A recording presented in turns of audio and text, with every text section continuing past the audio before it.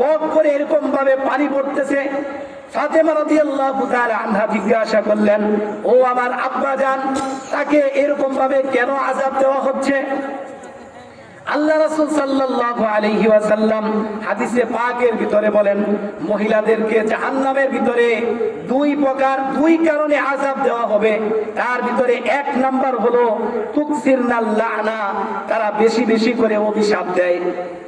দেখবেন অভিশাপের যে অভ্যাসটা, এটা আমাদের পুরুষদের থেকে নারীদের ভিতরে বেশি। তারা বেশি বেশি করে অভিশাপ দেয়। তারা অভিশাপ দিতে দিতে এরকম ভাবে নিজের সন্তানকে পর্যন্ত অভিশাপ দেয়।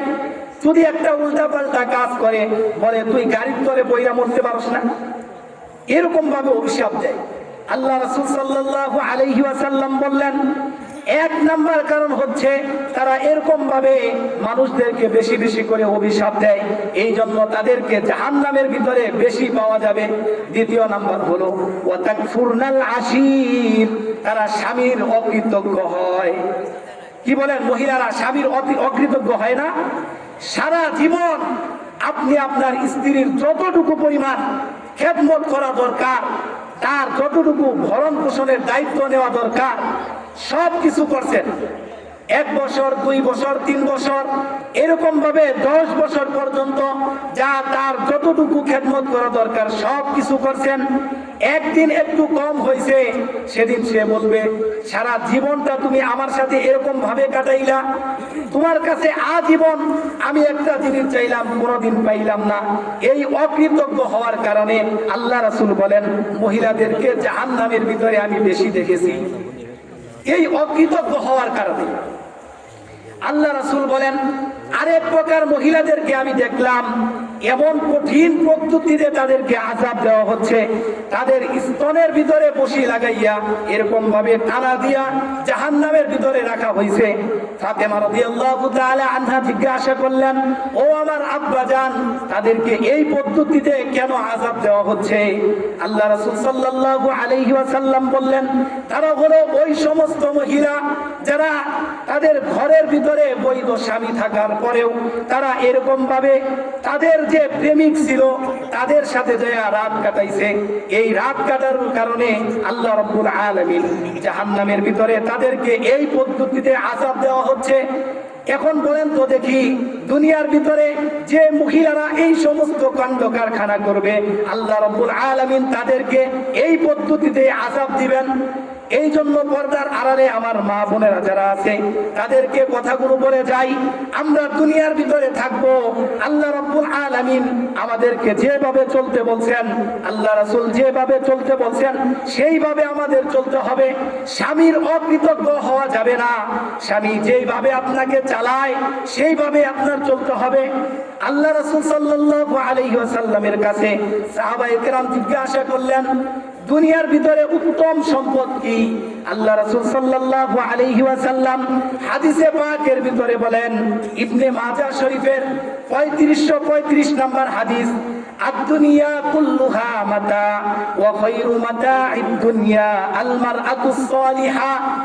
দুনিয়ার যা কিছু আছে সব কিছুই ভোগ সামগ্রীর জিনিস, কিন্তু এর মধ্যে সর্বোত্তম ভোগ সামগ্রীর জিনিস হচ্ছে নেককার নারী।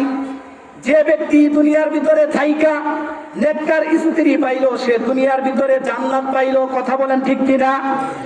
দুনিয়ার ভিতরে থাইকা যে নেককার স্ত্রী পাইল, সে দুনিয়ার ভিতরে জান্নাত পাইল।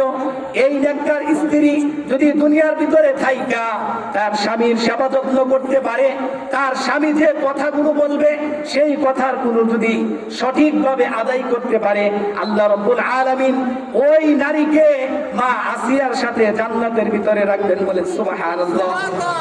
মা আসিয়ার সাথে তাকে জান্নাতের ভিতরে রাখবেন। বলেন তো দেখি, পর্দার আড়ালে যে আমার মা বোনেরা আছে, আপনাদের যে স্বামী আছে, এই স্বামী কি আসিয়াকে ফেরাউন যে কষ্ট দিত এই পরিমাণ কষ্ট দেয়? এই পরিমাণ কষ্ট দেয়? দেয় না।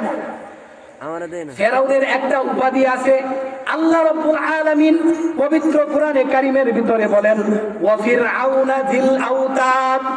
ফেরাউন হলো পেরাকওয়ালা। তিনি যখন মানুষদেরকে এরকম ভাবে শাস্তি দিতেন, তখন তিনি মানুষদেরকে তার হাতের ভিতরে পায়ের ভিতরে পেরাক লাগাইয়া তারপরে তিনি শাস্তি দিতেন।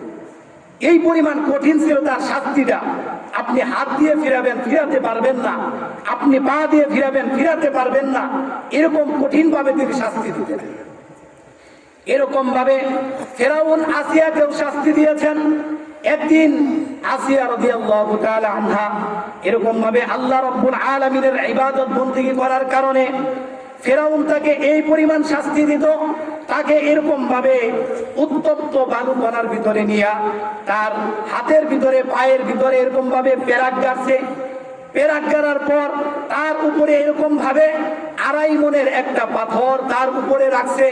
তার উপরে ফেরাউন এরকম ভাবে জুতা দিয়া পাড়াইতেছে। ওই সময় পর্যন্ত আসিয়া রাদিয়াল্লাহু তাআলা আনহা আল্লাহ রাব্বুল আলামিনকে ডাকতেছে, বলেন সুবহানাল্লাহ। আসিয়া রাদিয়াল্লাহু তাআলা আনহা আল্লাহ রাব্বুল আলামিনকে ডাকতেছে।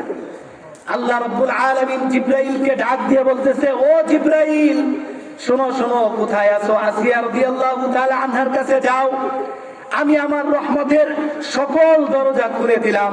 আজকে আসিয়া আমার কাছে যা চাবে আমি আল্লাহ রাব্বুল আলামিন আসিয়াকে যা চাবে তাই দান করব, বলেন সুবহানাল্লাহ। জিবরাইল আসিয়ার কাছে আসলেন, আসার পর জিজ্ঞাসা করলেন, ও আসিয়া, আল্লাহ রাব্বুল আলামিন আপনার প্রতি সন্তুষ্ট হয়েছেন, আপনি যদি আজকে আল্লাহ রাব্বুল আলামিনের কাছে যা চাবেন আল্লাহ রাব্বুল আলামিন আপনাকে তাই দান করবেন। ও পর্দার আড়ালের মা বোনেরা, আসিয়া রাদিয়াল্লাহু তাআলা আনহা আল্লাহ রাব্বুল আলামিনের কাছে কি চাইলেন? আল্লাহ রাব্বুল আলামিনের কাছে কি চাইলেন? দুনিয়ার যে মহিলারা আছে তারা হলে কি চাইতো? স্বামী তাকে শাস্তি দিতেছে, তারা কি চাইতো? আল্লাহ রাব্বুল আলামিন পবিত্র কোরআনের সূরা তাহরিমের 11 নম্বর আয়াতের ভিতরে আসিয়ার কথা উল্লেখ করেন। আসিয়া রাদিয়াল্লাহু তাআলা আনহা বলেন, قالت رب ابن لي عندك بيتا في الجنة ونجني من فرعون وعمله ونجني من القوم الظالمين।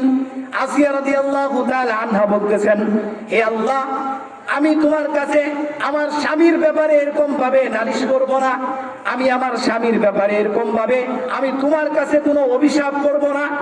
আমি তোমার কাছে চাই যে তুমি তোমার আরশের কাছে আমার জন্য একটা ঘর বানাইয়া দিবা, বলে সুবহানাল্লাহ। স্বামীর জন্য এরকম ভাবে লানত করেন নাই, অভিশাপ দেন নাই।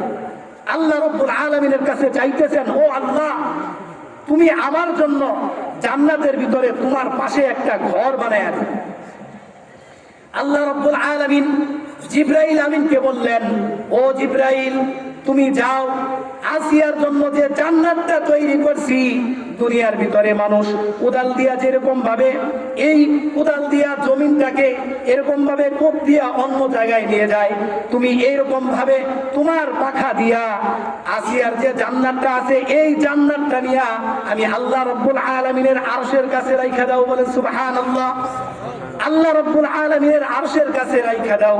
আল্লাহ রাব্বুল আলামিন এরকম ভাবে আসিয়া রাদিয়াল্লাহু তাআলা আনহার যে জান্নাতটা আছে এটা আল্লাহ রাব্বুল আলামিনের আরশের কাছে রেখে দিলেন। আসিয়া রাদিয়াল্লাহু তাআলা আনহা স্বামীর ব্যাপারে নালিশ করলেন না। এখন বলেন তো দেখি, আমাদের মতো দুনিয়ার ভিতরে যে স্বামীগুলো আছে এই স্বামীগুলো যদি তাদের স্ত্রীর সাথে এইরকম মুআমালাত করত, এইরকম যদি ব্যবহার করত, এই স্বামীগুলো এইরকম ব্যবহার করার কারণে স্ত্রীরা কি করত? এখন যদি এইখানে একটা বৈঠক বসা হইতো যে স্ত্রীকে এরকম ভাবে শাস্তি দেওয়ার কারণে একটা সালিশ বসলো, এই সালিশের ভিতরে যদি চেয়ারম্যান আসে, চেয়ারম্যান আইসা যদি স্ত্রীকে বলে যে তোমাকে তো শাস্তি দিছে, এখন তুমি কি চাও? তখন ওই স্ত্রী বলবে যে আপনি আমার সামনে আমার স্বামীকে জুতা দিয়ে 3টা বাড়ি দেন। আমাদের মা বোনেরা এটাই চাবে। কিন্তু আসিয়া রাদিয়াল্লাহু তাআলা আনহা তিনি কি চাইলেন? আল্লাহ রাব্বুল আলামিনের কাছে একটা ঘর চাইলেন, যে ঘরটা আল্লাহ রাব্বুল আলামিনের আরশের সাথে থাকবে। আমরা আমাদের পর্দার আড়ালের মা বোনেরা, তাদেরকে বলবো, আপনারা দুনিয়ার ভিতরে থাকবেন, আপনার স্বামীর আনুগত্য করবেন। আপনার স্বামীর আনুগত্য যদি করতে পারেন, তাহলে মা আসিয়ার মতো এরকম ভাবে জান্নাতের ভিতরে আল্লাহ রাব্বুল আলামিন আপনাদেরকে প্রবেশ করাবেন। জোরে জোরে বলেন সুবহানাল্লাহ। একটা হাদিস বলে শেষ করে দিচ্ছি। আল্লাহ রাসূল সাল্লাল্লাহু আলাইহি ওয়াসাল্লাম মুসনাদে আহমদের ভিতরে বলেন, মহিলাদেরকে উদ্দেশ্য করে বলেন, ইদা সাল্লাতিল মারআতু খামসাহা, যদি কোনো মহিলা 5 ওয়াক্ত নামাজ ভালোভাবে যদি আদায় করতে পারে। কয় ওয়াক্ত নামাজ বলেন তো দেখি?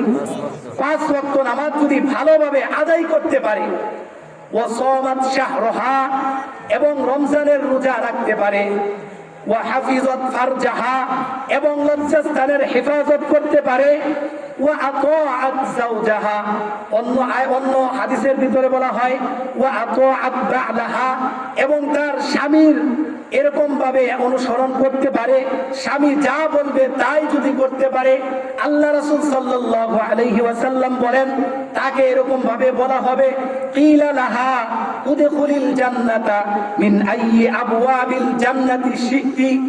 এই কাজগুলো যদি কোনো মহিলা করতে পারে, তাহলে আল্লাহ রাসূল বলেন, তাকে বলা হবে, তুমি জান্নাতের যে দরজা দিয়ে ইচ্ছা সেই দরজা দিয়ে তুমি জান্নাতের ভিতরে প্রবেশ করো। জোরে বলেন সুবহানাল্লাহ।